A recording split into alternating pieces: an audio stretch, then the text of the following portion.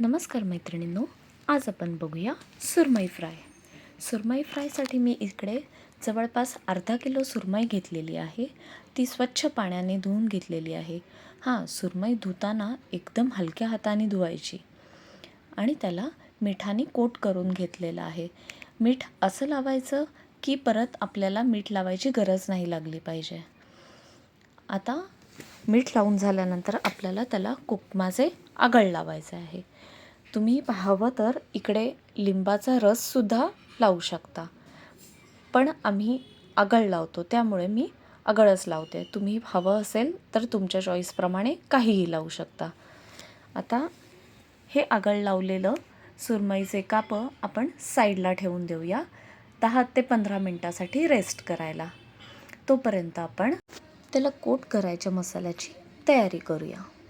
त्यासाठी मी घेतलेलं आहे तांदळाचं पीठ, साधारण छोटी 1 वाटी, त्याच्या अर्ध्या प्रमाणामध्ये रवा आपण इथे मध्यम आकाराचा घेऊ शकतो.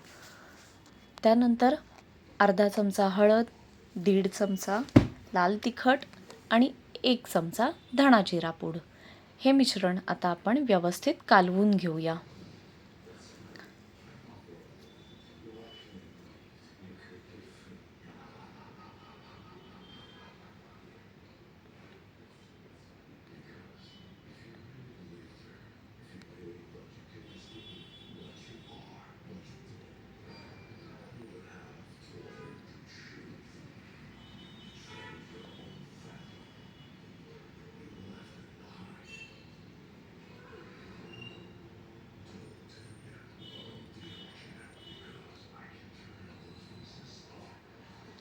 आता आपण बघूया सुरमईचं पाणी मी पूर्णपणे इकडे निथळून घेतलेलं आहे, म्हणजे आपल्याला पाणी काढून टाकायचं आहे. आणि आता याला आपल्याला आलं लसूणची पेस्ट लावायची आहे. इथे साधारण एका सुरमईमागे अर्धा चमचा आलं लसूणची पेस्ट सफिशियंट होते. त्याप्रमाणे मी इथे 2 चमचे घेतलेले आहेत आणि ही आलं लसूणची पेस्ट आता आपण सगळ्याला व्यवस्थित कोट करून घेऊया. एक गोष्ट लक्षात घ्या की आलं लसूणची पेस्ट जर जास्त झाली तर मच्छी खरोखर चांगली लागत नाही. त्यामुळे आपण बेतानीच आलं लसूणची पेस्ट वापरायची कधीही.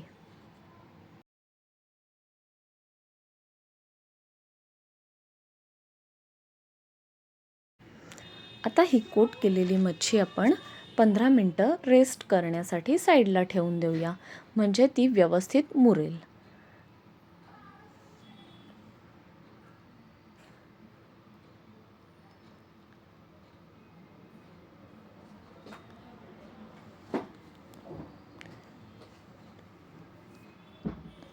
आता आपण एका पॅनमध्ये तेल काढून गरम करून घेऊया.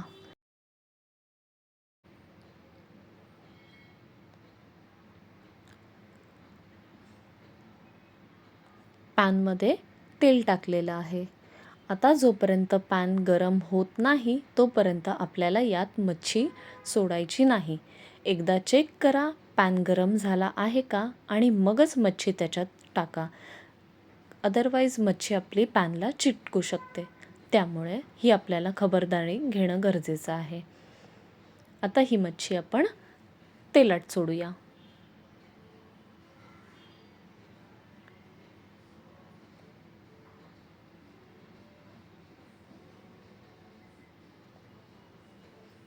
दोन्ही साईडला आपण व्यवस्थित लावून घ्यायचे आहे मसाले, जेणेकरून सगळ्या बाजूने आपल्याला एकसारखी चव लागेल.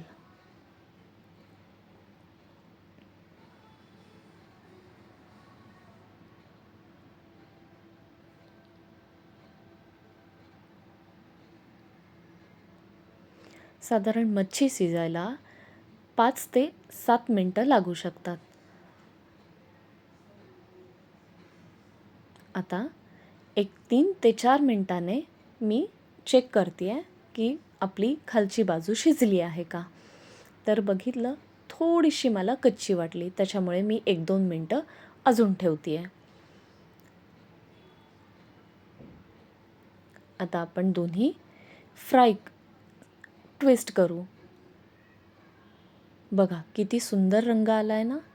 सेम याच कलरवरती आपल्याला दुसरी बाजूसुद्धा व्यवस्थित फ्राय करून घ्यायची आहे.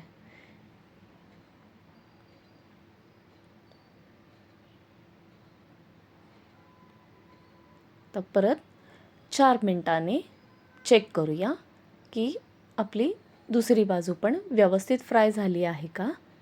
येस, झाली आहे. आता आपण ही मच्छी काढण्यासाठी तयार आहोत.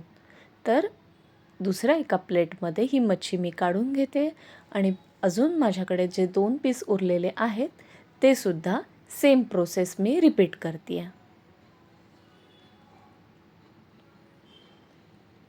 बघा किती सुंदर दिसते मच्छी. आ हा हा, बघून तोंडाला पाणी सुटलं माझ्या.